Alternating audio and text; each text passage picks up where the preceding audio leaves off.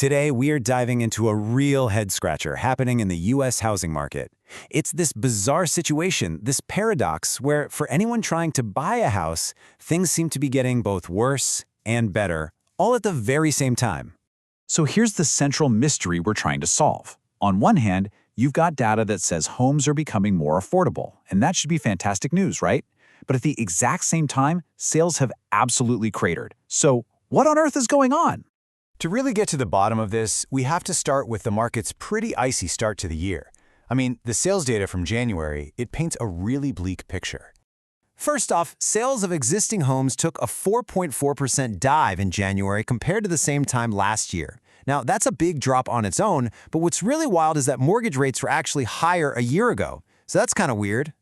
And it wasn't just a slow drift down either. The slowdown was actually speeding up. Just compared to the month before, in December, sales fell off a cliff by 8.4%. It was like the market slammed on the brakes hard. All of this dragged the annual rate of sales down to just 3.91 million. And to put that into perspective for you, that is way below 30-year lows. We're in historically slow territory here, folks. So how did the experts take this news? Well, the chief economist at the National Association of Realtors, Lawrence Yun, he didn't mince words. He summed the whole thing up with just one: disappointing. I think that probably captures the feeling across the entire industry. Now here's where it gets really interesting, because this kind of debunks the easy excuse. You might think, oh, well, it was a cold January. Maybe blizzards kept people at home. But the decline was nationwide.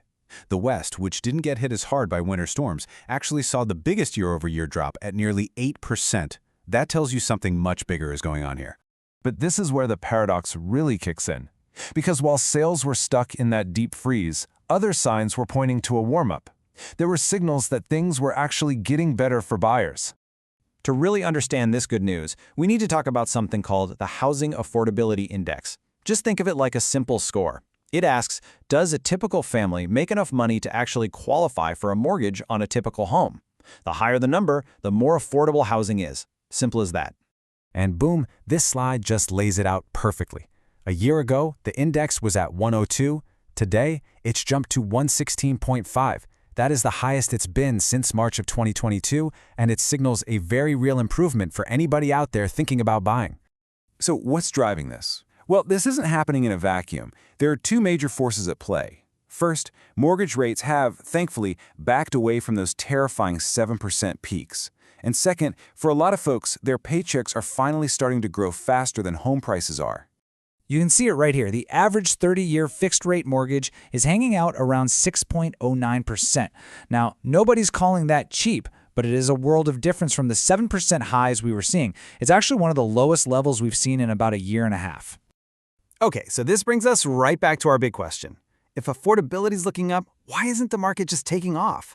Why does everything still feel so stuck? Well, the consensus among the experts, and it's summed up really well here by GXE Shu over at Realtor.com, is that while these improvements are nice, they're just not enough.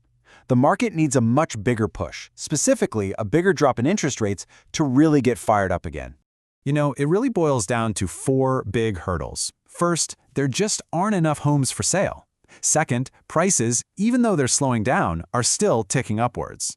Third, those mortgage rates, while better, just aren't low enough to get a flood of new buyers off the sidelines. And because of all that, affordability is still a huge worry for a lot of people. And this table, this is really the reality check. This is what it feels like on the ground.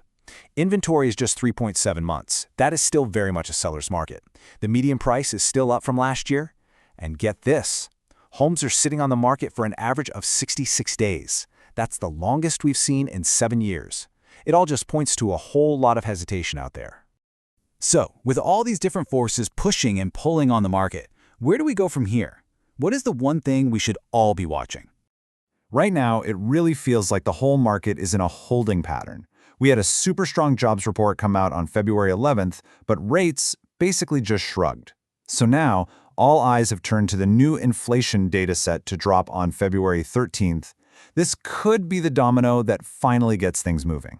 Zillow's senior economist, Kara Nang, puts it perfectly. The story everyone wants to believe right now is that inflation is going to keep cooling off, and that will let mortgage rates stay down or even fall more. But if that new data tells a different story, if inflation is stickier than we thought, you can bet mortgage rates will react, and it might not be in the direction we're hoping for. And that leaves us with the big, unanswered question, doesn't it? Are we witnessing the very first signs of a spring awakening that's going to lead to a healthier market? Or is this quiet moment just the calm up before a different kind of storm, one with higher rates and a market that stays frozen?